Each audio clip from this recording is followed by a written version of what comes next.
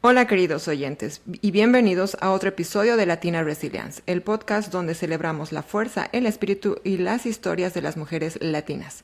Quien les habla, Janet Alberto, y hoy quiero compartirles una historia inspiradora de una mujer latinoamericana. Como muchos de ustedes saben, esta semana estamos celebrando la Semana del Refugiado. Este es un festival de arte y cultura más grande del mundo, que se celebra bajo la contribución y la creatividad a la resiliencia de los refugiados y las personas que buscan refugio. En Irlanda, la Semana del Refugiado se celebra entre el 17 al 23 de junio y tiene la finalidad de reunir a personas de diferentes orígenes para contactarse y conectarse más allá de las etiquetas y fomentar una comprensión más profunda de por qué las personas son desplazadas a los desafíos que enfrentan cuando buscan seguridad. Latina Women Against Violence apoya la importancia de las contribuciones de las personas refugiadas y las personas que buscan refugio para desafiar los estereotipos negativos y crear un espacio entre ellas, que puedan ser vistas y escuchadas más allá de la experiencia de desplazamiento, conscientes de que todos tienen algo que aportar. Y hoy tenemos una invitada muy especial. Ella nos va a contar un poco sobre su experiencia de refugiado. Ella es de Costa Rica, es profesional en relaciones internacionales y derecho, pero se ha visto en esta situación y emigrar justamente en este país, Irlanda. Tenemos el grado eh, mucho grado de tenerla aquí con nosotras, bajo un nombre ficticio. Su nombre es Marta. Vamos a guardar toda confidencialidad acerca de su información personal porque creemos que esto es un tema completamente delicado, pero sin embargo muy importante para toda nuestra comunidad latina. Bienvenida, Marta, y bueno, muchísimas gracias por estar presente el día de hoy con nosotros. Muchas gracias a vos, Janet, y por la oportunidad de que muchas otras mujeres latinas nos puedan escuchar. Bueno, Marta, quería preguntarte, pues este tema, como mencionaba un poco en la introducción, sabemos que es un poco delicado, pero te voy a agradecer mucho que nos puedas contar un poco cómo ha sido esta decisión, bajo qué circunstancias. Como decía, vienes de un país de Centroamérica. Cuéntanos un poco las circunstancias, de cuál ha sido los motivos y la decisión de de esta decisión, ¿no? Claro, en realidad fue una decisión un poco difícil, muy difícil. Yo tengo 30 años, mi esposo tiene 30 años, estoy casada actualmente. Nunca esperamos que nuestra vida iba a cambiar en cuestión de 3, 4 meses. Sin embargo, consideramos que eh, ha sido la mejor decisión que pudimos haber tomado para no vivir en ese miedo que nuestro país en este momento es lo que está enfrentando. Te voy a explicar más o menos un poco la situación. Yo soy, como lo dijiste, soy profesional en derecho, conozco ampliamente cómo funciona el sistema judicial en nuestro país, trabajé muchísimos años con muchos abogados allá.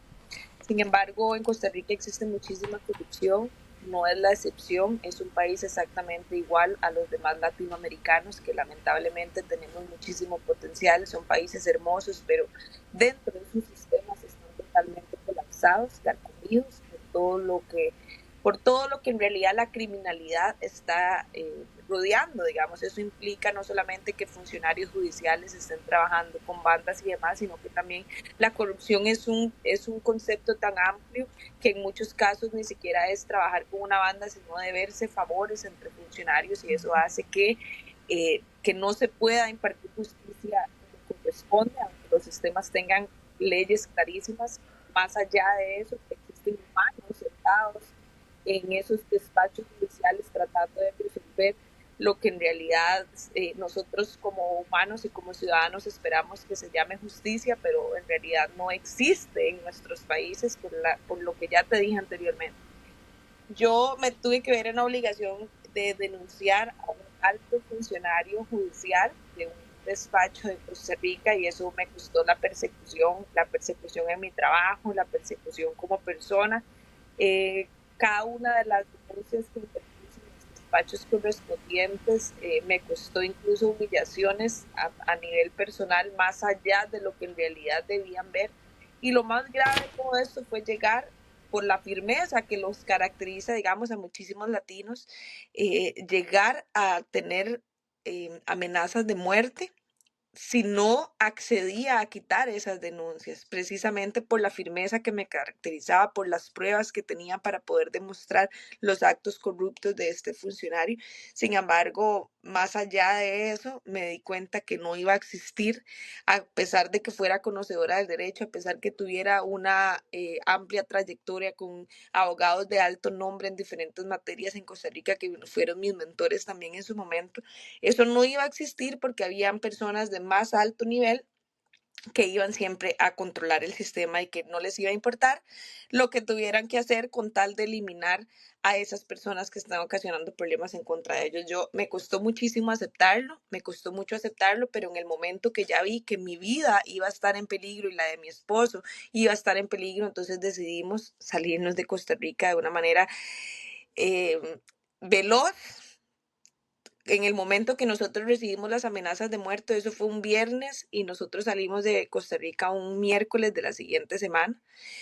Apenas nos dio chance de comprar los tiquetes en esos días, digamos, como el sábado o el domingo ya estábamos comprando los tiquetes, movilizamos todo, vendimos, regalamos cosas de lo que teníamos en nuestra casa, agarramos, dejamos maletas guardadas donde familiares y todo para poder irnos, buscando que no nos vieran dónde estábamos y buscando tratar de disuadir, ¿verdad? Que no se nos pudiera evidenciar dónde estábamos o en qué lugar estábamos, porque fue tanto el temor que sufrimos por las amenazas que sufrimos que no lo pensamos dos veces y decidimos salir. Como te digo, fue un proceso de 3 o 4 meses en el que estuvimos interponiendo procesos, denuncias hasta el punto de llegar un 17 de noviembre, si no me equivoco, que fue, y llegar a mi casa, a esperar donde iba regresando de mi trabajo con mi esposo, tratando de llevar una vida normal por todo lo que estábamos enfrentando, y porque si no trabajas no comes, ¿verdad? Entonces tratar de estar enfrentando tu vida normal aún así con todas las cosas que estás pasando y llegar a tu casa y que te estén esperando afuera para decirte que si no pones las denuncias te van a matar,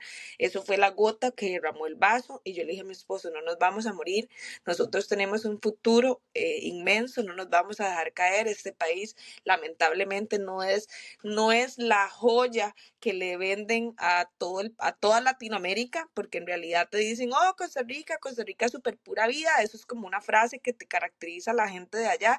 Costa Rica todo está perfecto, Costa Rica todo está bien, Costa Rica nada está bien. Los sistemas están igualmente corruptos y tomados por todo lo que te expliqué anteriormente, y al final de cuentas no vas a poder hacer nada si luchas contra eso, porque vas a tener que salir corriendo. En este momento también existe un exministro de la presidencia que también tuvo que salir buscando refugio hacia otro país, si no me equivoco, ahorita está en Canadá, por la misma situación, porque tratan de buscar hacer las cosas bien dentro de un sistema y tratar de reportar a ciertas personas que son las que en realidad están haciendo sus actos corruptos, y es mejor salir corriendo, aunque tal vez muchas personas lo digan, mira, qué cobardes, salen corriendo. Yo preferí 1000 veces que mi esposo y yo saliéramos y pudiéramos tener unas nuevas oportunidades de vida, que no quedarnos ahí y quedar siendo simplemente un noticiero, porque lamentablemente utilizan todos estos actos tan drásticos, tan dolorosos de las sociedades, porque en realidad sí está toda América Latina y Costa Rica. Todos los días los noticieros son noticias muy lamentables, noticias que ni siquiera uno se quiere imaginar, incluso muchísimos femicidios, perdón, muchísimos femicidios que existen. ¿Por qué? Porque tenemos una sociedad colapsada. No solamente el sistema está corrupto, sino que también es el reflejo de todo lo que estamos viviendo en nuestra sociedad. Entonces, fue una decisión de la noche a la mañana, de ver cuando llegas a tu casa y te están amenazando que si no quitas los procesos te van a matar, y con toda la intención por dentro yo de querer morir como un héroe, que al final de cuentas nadie te lo va a reconocer. Entonces es mejor salir corriendo y irte a buscar una nueva vida, que en ese momento ni siquiera sabíamos que veníamos para este país, simplemente nos salimos a irnos para Europa, porque la intención de nosotros era quedarnos y entrar primero a un país y luego al otro, como es una persona de tanto poder en nuestro país y los accesos migratorios son públicos en nuestro país, cualquier persona puede tener acceso. Entonces, para evitar que fueran a rastrearnos hacia dónde nos íbamos a quedar, decidimos primero viajar a un país europeo y después hacia el otro, porque ya una vez entrando a un país, el registro solo le va a quedar a Costa Rica. Ya tendrían que tener un nivel demasiado profundo para poder gestionar legalmente una consulta de hacia dónde se movió hacia el otro país. Pero nada nos sorprende en realidad de cuáles son los alcances de estas personas tan corruptas que tenemos en impartiendo justicia en nuestro país, que lamentablemente no existe. Es una utopía de una sociedad que muchísimas veces no lo queremos entender, pero así es. Y, y lo más duro de eso fue cuando llegamos, más que todo, cuando ya salimos de ahí, ese día yo volví a nacer. Esos días, digamos, de ese viernes a ese miércoles, todo fue una locura mientras guardábamos, llevábamos, regalábamos, dejábamos las cosas. Yo cuando me monté en ese avión, ni siquiera estando en el aeropuerto me sentía tranquila. Cuando ya me monté el avión y despegó el avión, a mí el cuerpo, el alma me regresó al cuerpo. Lloré, no me acuerdo ni cuánto, no pude llorar en esos días, no, mi cuerpo no reaccionaba, o sea, solamente estábamos en automático tratando de salir, de irnos. En esos días tuve que renunciar a mi trabajo de más de 4 años, mi esposo tuvo que renunciar a su trabajo también de más de 3 años. Tuvimos literalmente que meter nuestra vida en una maleta, 30 años, y venir, nos dejamos el carro guardado donde un familiar, abandonamos la casa en la que estábamos, que en ese momento era alquilada, pero tenemos otra propiedad que sí era propia, esa la dejamos completamente también. Fue una locura. Cuando yo estaba en ese avión, lloré no me acuerdo ni cuántas horas. Todo era como una película que me pasaba aquí, una tras otra de las cosas que habíamos logrado hacer, otro montón que habían quedado pendientes por hacer, un montón de nostalgia, pero con el corazón agradecido que teníamos vida, que no nos habían matado, que no habíamos dado el gusto de que simplemente nos iban a eliminar. Cuando llegamos al primer país europeo, ahí estábamos 2 días. Ahí estuvimos 2 días. Fue igual, súper triste, nostalgia. Era para los, ya en ese momento, digamos, había como un poco más de claridad en los pensamientos, pero muchísima angustia porque no sabíamos qué íbamos a hacer. O sea, teníamos que movernos a otro lugar. La idea era que no supieran o sea, que nos íbamos a mover a otro lugar, sino que ahí llegamos y que si en algún momento nos buscaran pensaban que estábamos ahí. Ustedes habían pasado por un proceso, prácticamente estabas, como decías, de supervivencia y un bajón emocional también, que me imagino que estabas ahí Era trabajando, una lucha de pasando por eso. emociones, o sea, era una cosa de emociones, una lucha de emociones, nostalgia, depresión, miedo, ansiedad, era todo, pero igual confiando en Dios de que todo iba a estar bien en algún momento, que saliendo de ese lugar, todo iba a estar bien, Con pensando que esperanza. todo iba a estar bien, con la esperanza. Como te digo, yo soy muy creyente de Dios y aún así en todas las cosas negativas uno tiene que tener la convicción de que van a salir cosas positivas, porque si uno, el peor enemigo son los propios pensamientos negativos a veces que tenemos. Entonces, tras de que estás pasando cosas negativas, te cierras a pensar cosas que no van a mejorar la situación. Entonces, lo que uno tiene que hacer es tratar de lo que tenemos en nuestras posibilidades, hacerlo, porque nada cae del cielo tampoco, y movernos para tratar de estar mejor. Y yo siento que Definitivamente. los latinos, las mujeres latinas y los hombres latinos en general somos de salir adelante, de querer luchar, salir adelante y sin importar las circunstancias, volvemos a renacer y nos hacemos cada vez más fuertes. Pero en ese momento no teníamos ni idea qué íbamos a hacer. Claro. No tuvimos idea. Qué estresante situación, todo lo que me comentas de verdad. Te, te- honestamente de aquí quiero ser solidaria con todo lo que estás comentando. Entiendo que has pasado un mal momento.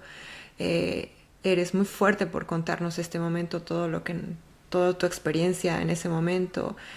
Muy fuerte, te veo muy fuerte también para poder haber pasado tan crítico momento, pero me parece que tomaron, creo que una decisión tan importante en ese momento que pues hay que valorar también la fuerza, ¿no? Claro, muchas gracias.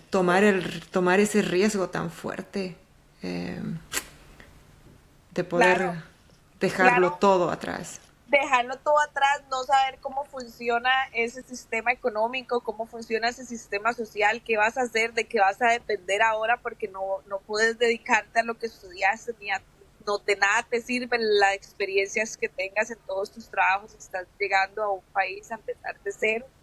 Pero en ese momento, esos 2 días que pasamos ahí, dentro de todas las cosas negativas siempre nos venía la gratitud de tener vida, nos venía la gratitud de tener vida y como te digo, ahorita estoy fuerte, mi esposo estamos Qué fuertes bueno. porque son 6 meses que tenemos ya de estar, digamos, acá en Irlanda, pero durante todos estos meses han pasado obviamente circunstancias que no solo te llevan a recordar o decepcionarte de las cosas que pasaron en su país, sino también llegas a un lugar donde ahorita ya más adelante te voy a explicar sobre qué ha pasado aquí que lo mantiene a uno Just, también fuerte. claro que sí, justamente después de tanta, como te digo, de tanta presión de emociones, un carrusel de emociones que estabas pasando y luego llegar a un nuevo país que principalmente tú decías manteniendo esa esperanza, es el inicio de otro proceso, ¿sabes? ¿No? Este proceso como refugiado, ¿cómo puedes decirnos que ha sido la acogida en Irlanda? Claro. Cuéntanos un poco. Ok, entonces cuando mi esposo y yo estamos en ese lugar que no sabíamos ni qué hacer, nos metemos a internet a buscar información eh, para ayuda para latinos, abogados, porque yo soy abogada, digamos, en mi país, mi esposo también es abogado en mi país, eh, pero no teníamos idea de cómo funcionaba o qué podíamos hacer. Pues resulta que nos acercamos a una casa que se llama la Casa Latina, precisamente.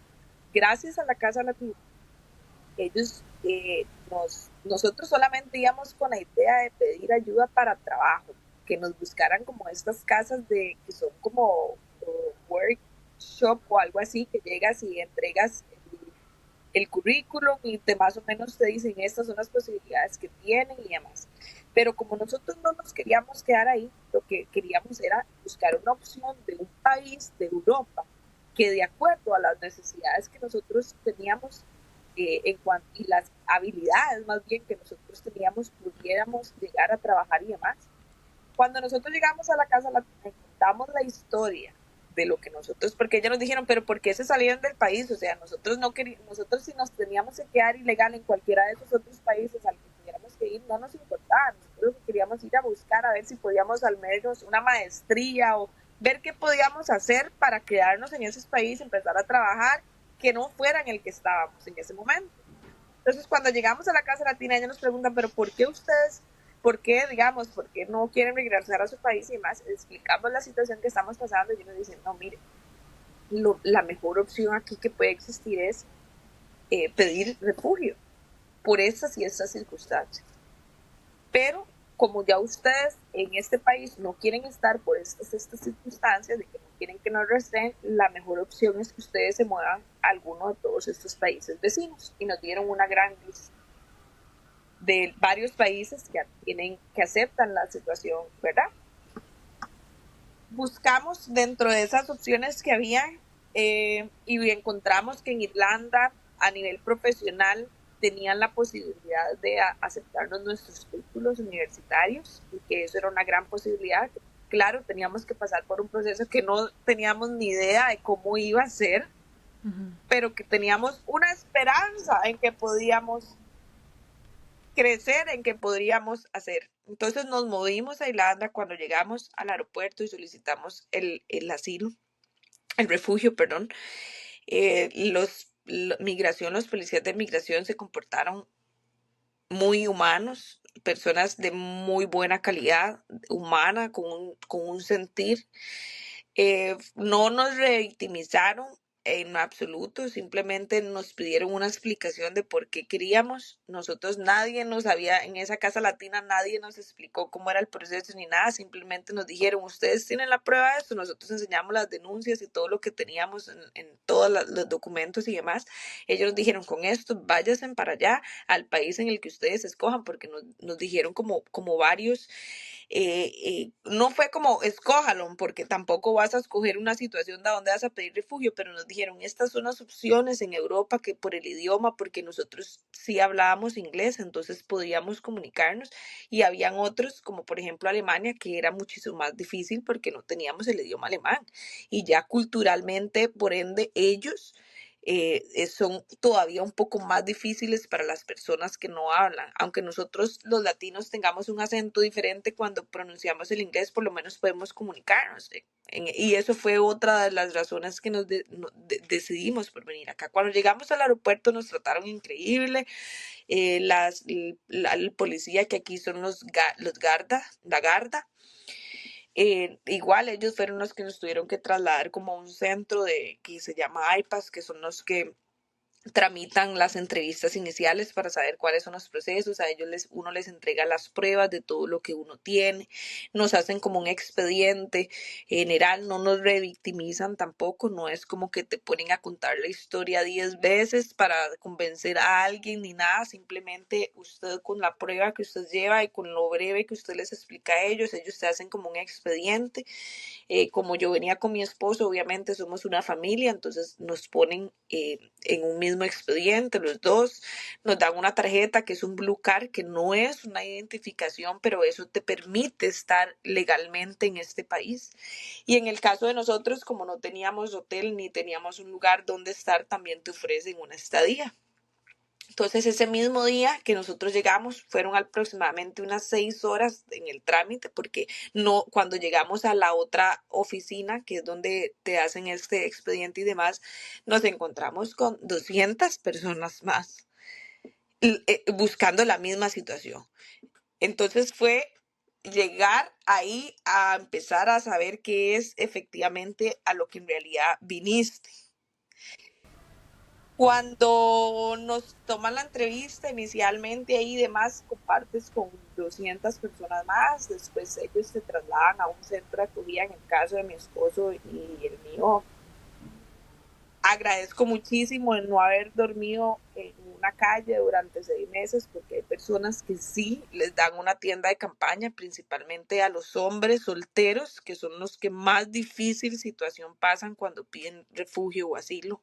En este caso, igual en Irlanda, que es un país que, claro, que trata de promover muchísimo los derechos humanos y demás, pero volvemos a lo mismo. Hay funcionarios detrás y que son los que imparten la justicia, o que son los que imparten la accesibilidad, digamos, a todo este tipo de circunstancias, y entonces ahí es donde quizás falla el sistema. Yo, como te digo, mi esposo y yo tenemos muchísima gratitud, y no solo con Dios, sino también con el país, porque es un país que, por supuesto, trata de promover el respeto a los derechos humanos, trata de ser garante de los derechos humanos. Sin embargo, nos dimos cuenta por toda la investigación, obviamente, cuando uno tiene que informarse, simplemente no puedes estar esperando a que te digan qué es lo que va a pasar o qué es lo que sucede, sino que ellos también tienen muchísimos información en internet, incluso acceso, manuales de información de cómo funciona este proceso, que te los brindan una vez que llegas acá. Te dicen, mire, esto es toda la información, infórmase, porque no puedes estar desinformado. Hay reglas en los centros de acogidas, hay beneficios que te dan, como por ejemplo un tipo de ayuda económica. En el caso de las personas que tienen menos de 6 meses que no pueden trabajar, te da una ayuda económica simbólica, porque es una ayuda simbólica, 38 euros por semana por cada persona adulta, y 25 euros, si no me equivoco, por cada menor de edad. Pero es una ayuda, obviamente, para que depende del centro. En el caso del centro en el que llegamos inicialmente, no sé para qué brindaban ese dinero si el mismo centro te daba todo, supuestamente la comida, la dormida y demás. Entonces siento que desde ese punto de vista no es, tal vez es innecesario porque te dan la comida y demás. Ahora, qué tan nutritivo o qué tan buena sea la comida que te dan en los centros, en ese centro que llegamos, por ejemplo, es otra cosa totalmente. Y qué tan respetuosos de los derechos humanos son en ese centro es otra cosa totalmente. ¿Por qué? Porque esos centros son administrados por empresas privadas. No es el gobierno el que lo administra, el gobierno simplemente se encarga de dar el dinero para que estos centros puedan funcionar y que las personas no les falte la comida, que las personas puedan dormir en teoría, pero ni siquiera se puede, no existe una salud mental. ¿Por qué? Porque son cubículos abiertos donde todo el mundo duerme, donde hay cualquier cantidad de cruces de culturas, personas que incluso teniendo un baño a 200 metros, a menos de 100 metros adentro del edificio, prefieren hacer sus necesidades básicas en un tarro donde todos tus vecinos te escuchen, personas que tal vez dentro de sus culturas es muy normal que se dé estas cosas, pero al existir tantas personas de diferentes países, entramos a ese mismo choque cultural de qué es esto que está pasando. No, eh, nunca he estado familiarizada con estas cosas.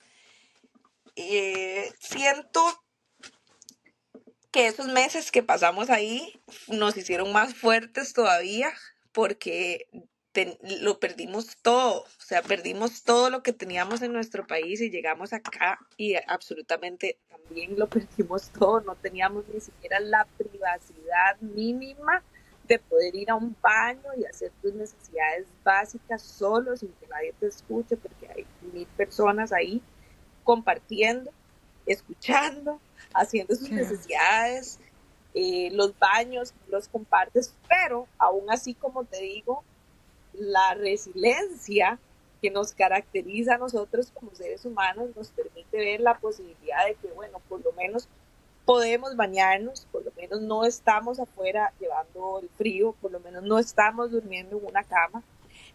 Comí algo el día de hoy, gracias a Dios. Entonces, todo este tipo de situaciones nos hicieron ser más fuertes, más resilientes. Y la buena noticia de todo esto es que después de casi 6 meses muy difíciles de estar en esta situación, hubo una oportunidad de cambiarnos hacia otro centro y gracias a Dios ya estamos en otro lugar donde tenemos mejor posibilidades, estamos con una habitación privada para nosotros, con un baño privado para nosotros y las cosas básicas y que el ser humano a veces ni siquiera valora, aquí las tenemos y ahorita estamos, como te digo, siendo resilientes, agradeciendo Qué de esta bueno. circunstancia. Qué bueno, me alegra saber que, bueno, ahorita se encuentran un poquito mejor y entiendo que haya sido ese choque cultural difícil porque así como ustedes estaban pasando de repente un momento difícil, todas esas personas también vienen con una historia completamente diferente, pero también físicamente tienen que compartir un espacio común que pues se hace más difícil esta experiencia.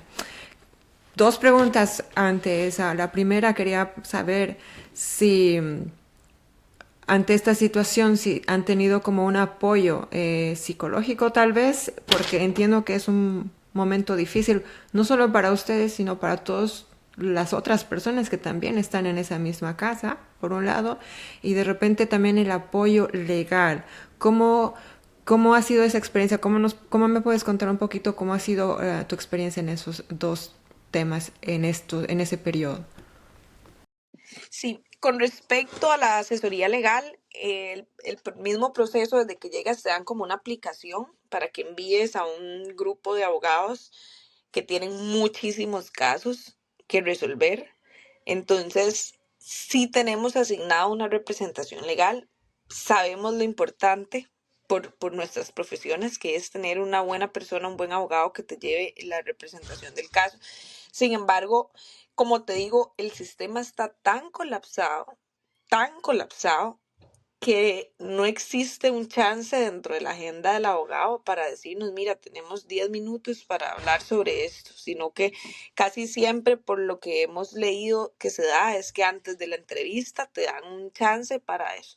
Pero lo que sí hemos averiguado y hemos estado en contacto ya es con el cónsul para refugiados en Irlanda, que ellos también tienen representación legal y más allá de eso también tienen muchísimas cápsulas informativas de cómo debes estar preparado para todo este tipo de procesos, qué documentos deben ser esenciales para además, que todo va ligado con la entrevista inicial que uno dio, que es con la prueba que uno ya presentó. Entonces, nada es como de que las personas no, incluso hay casos tal vez que ni siquiera les dio chance de tener la documentación, pero para eso es muy bueno tener un abogado. Sin embargo, como te digo, está también en las personas, no solamente quedarse con lo que viene ahí, sino también tratar de hacer las mejores ¿cómo te explico? Tratar de hacer lo mejor que está en uno para buscar los recursos necesarios y hacerlo. En este caso, nosotros tal vez no hemos podido tener una gran comunicación con el abogado porque el sistema hoy evidentemente está colapsado, pero hemos tratado de buscar otros medios como este consulado que le ofrece ayuda a las personas en cuanto a asesorías, ¿verdad? Y en cuanto a todo este tipo de cápsulas informativas para dudas y consultas que las personas tengan. Siento que la ayuda psicológica ha sido cero. No existe en estos centros un grupo interdisciplinario de psicólogo, trabajador social, etcétera, que sean personas profesionales en estas áreas que, como bien ya usted lo decía, cada quien viene con sus problemas de sus países distintos y enfrentan tras de eso este tipo de estrés aún más, que no puedes dormir en un centro porque no tienes la capacidad, que no puedes hacer tus necesidades básicas porque tampoco tienes las capacidades para eso. Entonces aumenta el estrés de las personas y eso, más allá de contribuirle a la sociedad irlandesa, va a provocar un caos, ¿verdad? Entonces, siento que en cuanto a la ayuda psicológica, si no existe, es cero. Y en el centro pasado que estuvimos, siento que por la experiencia de lo que viví, no porque uno quiera ser pesimista, que a ellos verdaderamente, como te digo, son administraciones privadas, son empresa privada que se contrata para la administración de esos centros. A ellos verdaderamente no les importa la salud mental de las personas que están ahí, a ellos lo único que les importaba era recibir el dinero, que es cualquier cantidad de dinero de euros por semana que reciben esas administraciones para administrar la comida, el agua, la seguridad, la luz y todo lo que supuestamente implica ese edificio, pero más allá de preocuparse porque las personas psicológicamente se sientan bien o porque por lo menos tengan un avance dentro de ese problema que vienen arrastrando, ¿verdad? Porque hay personas que muy fácilmente tal vez pueden empezar a hacer ejercicios, a buscar una terapia, a hacer otra cosa, pero hay personas que no tienen la capacidad para salirse de ahí simplemente y se ahogan en una burbuja donde más bien sus necesidades, ni siquiera sus emociones las logran expresar. Entonces eso es todavía más peligroso porque las personas mentalmente se van deteriorando más, físicamente y demás. Yo siento que en el centro en el que estamos ahorita, sí, la administración de este lugar es totalmente otra cosa, no, ni siquiera en las mayores, yo creo que solo Dios en las oraciones que uno dice lo escucha para poder enviarlo a un lugar a uno así, porque aquí las personas, efectivamente, los administradores de este centro sí son personas humanas, que están buscando que las personas se relacionen entre sí, que vayan, hagan un voluntariado, que existe un curso para la cultura irlandesa, que existe un curso de incorporación para esto, que si alguien se siente mal, que todo este tipo de cosas en este otro centro. Como te digo, la experiencia que tuve, hay muchísimos centros de refugiados en Irlanda. Sé que por la experiencia que nos han contado otros muchachos y demás, que en los de los hombres son todavía, que son especialmente solo para hombres, son más difíciles aún, muy, muy, muy, muy difíciles, que no me puedo ni siquiera imaginar cómo son, pero los centros que son como más familiares, son más suaves, son más llevaderos. Por esta experiencia que estoy aquí, sí, no podría mentirle y decirle que es general, que en todos los centros es así, pero aquí sí se preocupan por la salud mental y por supuesto porque las personas tengan mejores formas de reinsertarse a la sociedad, que eso es algo muy importante. En el centro pasado que estuve, sí, de verdad, ahí solamente el dinero es lo que importa, porque al final de cuentas, esto es obviamente, es todo un movimiento grandísimo de personas refugiadas alrededor de Irlanda. Existen muchísimos, no sé cuánta población ahorita hay, creo que incluso sobrepasa la cantidad de irlandeses que existen adentro del país, ¿verdad? Pero sin miedo a decirlo, por todas las experiencias que he pasado, creo que también esto tiene un signo de dinero, que mueve muchísimo dinero y que lamentablemente en cualquier país, no solo del tercer mundo, sino acá, del primer mundo también, es más importante el dinero que los derechos humanos de las personas. Entonces es muy, muy, muy difícil, pero no es imposible. Siempre el ser humano, como le decía, tiene la capacidad de ser resiliente, de salir adelante de cualquier circunstancia. En cuanto, hay un punto muy importante también para mí que entiendo que por la situación tan crítica que ha sido principalmente el motivo de dejar tu país y además iniciar este proceso ya acá, ¿cómo consideras que ha sido llevada o cómo han manejado un poco tu confidencialidad, tu información personal? ¿Cómo ha sido este proceso tanto con los centros de ayuda como también con las, no sé, con las personas que te han asistido en ese trámite y te están asistiendo en este momento? ¿Cómo puedes describir qué ha sido esta experiencia? Considero que ha sido 100% confidencial desde el momento en que te tramitan la solicitud en el aeropuerto hasta cuando te trasladan al primer centro, del otro. No he escuchado que en el primer centro tengan acceso a nuestra información, ni tampoco acá. Puedes compartir tu historia con las personas si lo quieres, porque no está prohibido, pero no ellos como tal, cada uno de estos centros, como son administraciones propiamente para, como te decía, administrar, valga la redundancia, los bienes, la comida, la seguridad y demás. Entonces ellos no tienen acceso a la información ni al expediente de cada caso de las personas, sino que eso lo hace directamente la Oficina de Protección Internacional. Pero sí ha sido 100% confidencial. Perfecto, qué bueno. Por lo que nos cuentas, tu trámite ya lleva más o menos el tiempo que estás acá, desde que empezaste, son como alrededor de ya de medio año. ¿Cómo Correcto. va este proceso? Cuéntanos un poquito todo lo que sabes bajo tu experiencia de cuánto tiempo debería durar este proceso o cuánto tiempo más te queda para esperarlo. El proceso en realidad, según lo que dicen los manuales para toda esta información de la solicitud de refugio, cuando ingresas acá al país, te dice que puede durar 6 meses para que te hagan la entrevista y después de eso puede durar incluso hasta 4 meses para que te den la respuesta sobre esa entrevista. Sin embargo, nosotros ahorita tenemos ya 6 meses de estar acá, mañana cumplimos 6 meses propiamente, no tenemos una entrevista programada próximamente. Eso equivale a que podríamos estar esperando no sé cuánto tiempo más, un año, no sé en realidad, porque todo funciona de acuerdo a la prioridad de las personas y el caso. Por ejemplo, si eres mujer o madre soltera y vienes con niños, vas a tener prioridad para que se resuelva tu caso. Si vienes de una lista de países que están asignados como países seguros, entonces tu entrevista es muy próxima cuando vienes ingresando al país. Depende de muchas variantes. En el caso de nosotros, sí tenemos ya asignación, como te digo, de representación legal asignada, pero no tenemos una entrevista programada para ser atendidos próximamente. No podría decirte cuánto, pero por la experiencia de muchísimas personas, de muchas familias que hemos conocido aquí, hay personas que tienen 2 años de estar esperando una entrevista y no han ni siquiera recibido la primera entrevista. Hay personas que tienen un año, hay personas que vinieron y a los 4 meses ya les resolvieron el caso y ya tienen la documentación, por ejemplo, para poder moverse o salir del país libremente, porque eso es otra cosa, digamos, al estar en un proceso de refugio no puedes salir de Irlanda hasta que tu caso sea resuelto. alto.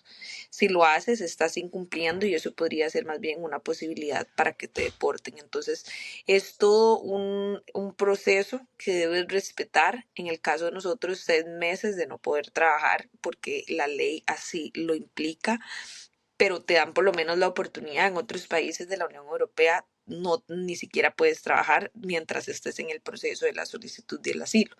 Entonces, en este caso, ha sido muy frustrante porque de pasar a tener una vida activa trabajando y demás, a venir a estar 6 meses sin poder trabajar, sin poder generar dinero tampoco, dependiendo de la comida que te dé el sistema, ha sido también un poco abrumador, bien frustrante, pero lo hemos tratado de sobrellevar haciendo ejercicios, mantenernos ocupados, ayudar en la comunidad, haciendo voluntariados y cosas y todo lo que se puede hacer, porque siempre hay que, como te digo, buscar la oportunidad, pero eso no es en todos los casos.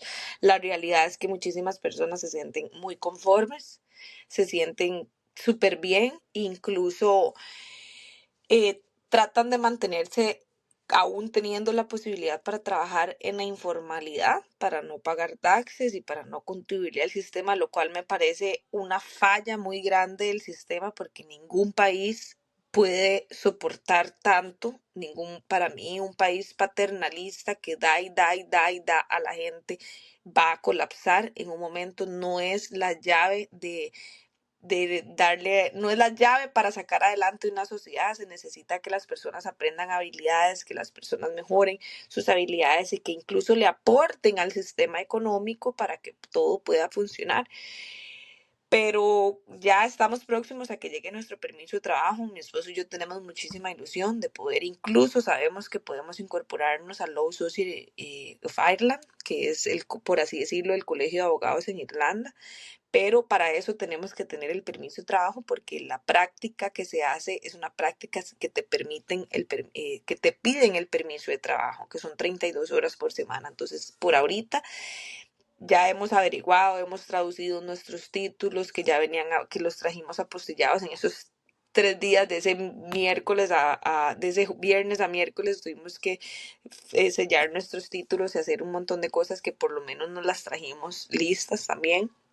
Entonces, buscando oportunidades, esperando que las cosas mejoren, por supuesto. No es fácil, no es fácil para ninguna persona, pero sí es mucho mejor que estar en tu país pensando que te van a llegar a matar porque denunciaste a un político corrupto, a un funcionario corrupto.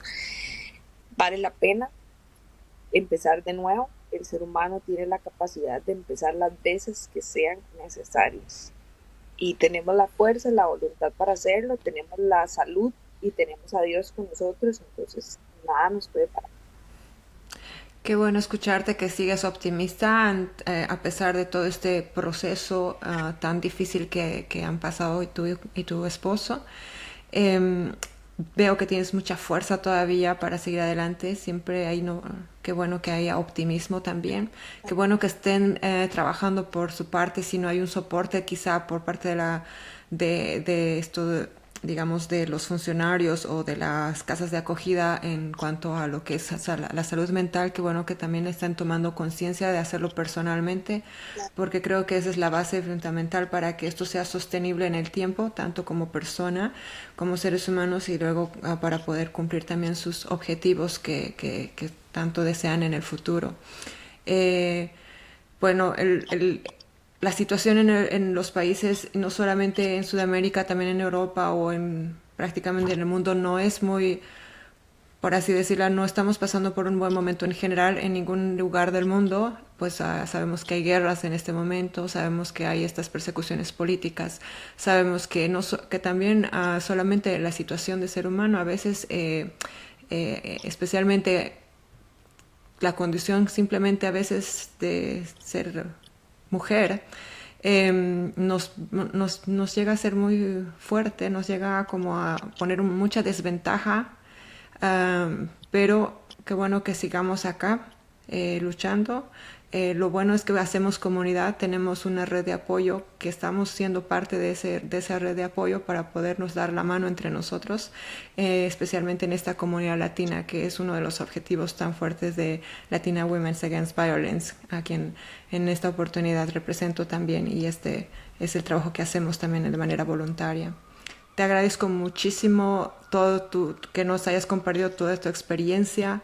Deseo de todo corazón que todo vaya bien, que ya tengas esa entrevista que estás esperando, que no lleguen a ser más de los 6 meses que en realidad ya han pasado, y que pronto puedan tener todos los documentos legales que sean necesarios. Como te digo, te abrazo muchísimo en la distancia, y bueno, que más decirte, que ojalá más adelante podamos volvernos a ver, y nos puedas comentar cómo han estado mejorando las cosas. Claro que Gracias, sí. Marta. Muchísimas gracias. Muchas gracias y muchas gracias a ustedes por la oportunidad, por llevarle este mensaje a tantas mujeres latinas que tal vez están necesitando escuchar una historia para volver a surgir, para volver a empezar de cero las veces que sean necesarias. Y adelante, muchísimas gracias y felicidades por el programa.